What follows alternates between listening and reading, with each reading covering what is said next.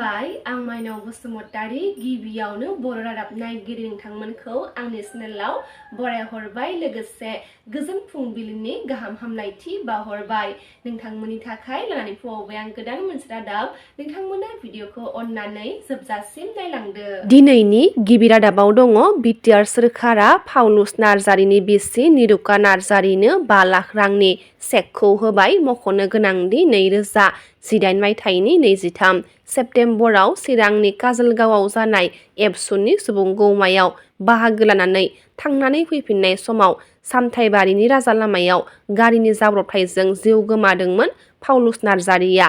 बेनि थाखायनो मुंख्लं पाउलुस नार्जारिनि बिसि निरुका नार्जारिनो बिटिआर सोरखारा 5 लाख रांनि चेक होनायखौ नुनो मोननाय जादों। मिरु दुलाराय बर' फरायसा आफादनि आफादगिरि दिपेन बर'नि दैदेननाय मोनसे जर'खा हान्जाया बड'लेण्ड मुलुगसोलोंसालिनि vice chancellor professor doctor Babulal आहुजाखौ लोगो हमनानै मुलुगसोलोंसालियाव थानाय गोबां जेंनाफोरखौ सुस्रांनायनि सायाव सावरायलायदों। बड'लेण्ड मुलुगसोलोंसालिनि दालाइसा दुलाराय बर' फरायसा आफादनि बिबानगिरिफोराबो सावरायनायाव बाहागो लाफादोंमोन। मख'जाथावदि मुलुगसोलोंसालियाव लांदां जानानै थानाय मोन 34 मासिफोराव थिसनथाइ होनायजों लोगोसे मुलुगसोलोंसालियाव थानाय गोबां जेंनाफोरखौ सुस्रांनांगौनि दाबि खालामनायखौबो फोरमायथिदों दुलाराय बर' फरायसा आफादनि जर'खा हान्जाया खौरांगिरिफोरनि सिगाङाव।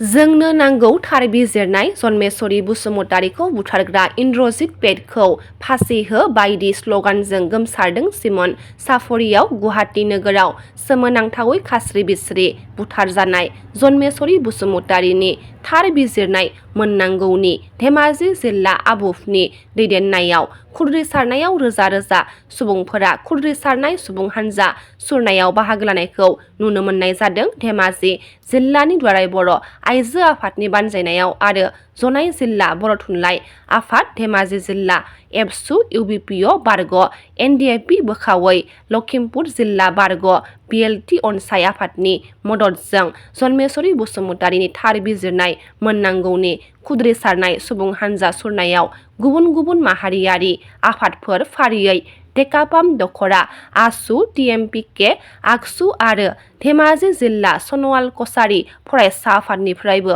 मैखोमै बाहागो लानायखौ नुनो मोननाय जादों। मैया तामुलपुर जिल्लानि सिङाव थानाय सोनाब नावकाटानि बालापारा दक्षिण जारगाव काहिबारि कुझारपाम बगरिबारि निजिरा गामियाव सुक्लाय दैमानि फारनैथिंबो 8 किल'मिटारसो ओनसोलाव हा खुरखानायखौ होबथानो थाखाय पार्क पिननि खामानिखौ जागायजेनबाय। दैनि खुरखानायखौ होबथानो थाखाय खामानिखौ बेखेवनानै होयो आसाम आयेन आफादनि बुंथिगिरि बिस्वजित दैमारि बिथाङा। नुर स्मार्ट इलेक्ट्रनिक इन्टारप्राइज मुंनि मोनसे इलेक्ट्रनिक आरो मेसिनारि दखान खुलिदों आलेखुन आली बिथाङा। गसाइगाव महकुमानि सिङाव थानाय भावरागुरि बिनायखाता हायार सेकेन्डारि स्कुलाव साखाथियाव नुर स्मार्ट इलेक्ट्रनिक इन्टारप्राइज मुंनि मोनसे हलसेल दखान खुलिदों।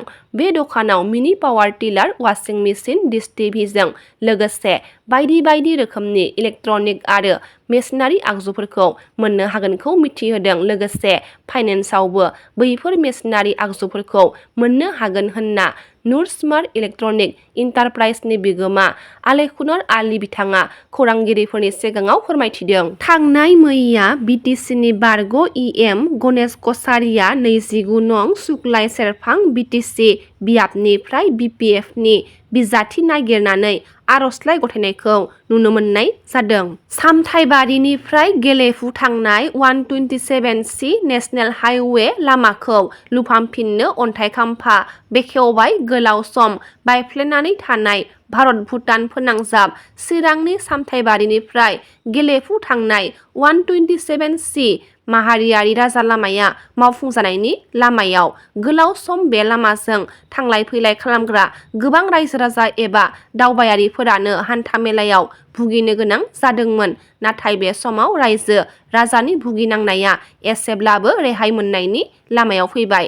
मख'नो गोनांदि मैयानि बे लाइ खाम्फा बेखेवनाय हाबाफारियाव बाहागो लादोंमोन 1 नं क'क्राझार लकसभा बियाबनि एमपि जयन्त बसुमतारी, रायजो सभानि एमपि रोंगोरा नार्जारी आरो 31 नं सिडली बियाबनि एमएलए निर्मल ब्रह्म बिथांमोना मकलदं गामि सामलाय आफादा सानथामनि हाबाफारि लानानै गोथार बाथौ सानखौ रुफाथि मायथाइ फोरबो फालिदों। तामुलपुर जिल्लानि गरेस्वर हालामनि मकलदं गामि सामलाय आफादा सानथामनि हाबाफारि लानानै थांनाय 27, 28 आरो 29 अक्ट'आव सानथामनि हाबाफारिजों गाजा गोमजायै फालिबाय।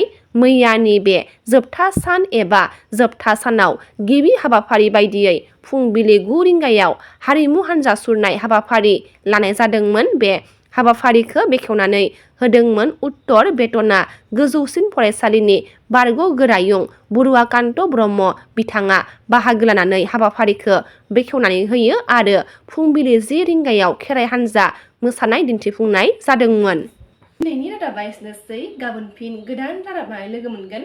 नोंथांमोना भिडिअखौ जोबजासिम नायबायब्ला अन्नानै लाइक, शेयार, कमेन्ट लोगोसे साबस्क्राइब खालामनानै होदो। गोजोन्थों।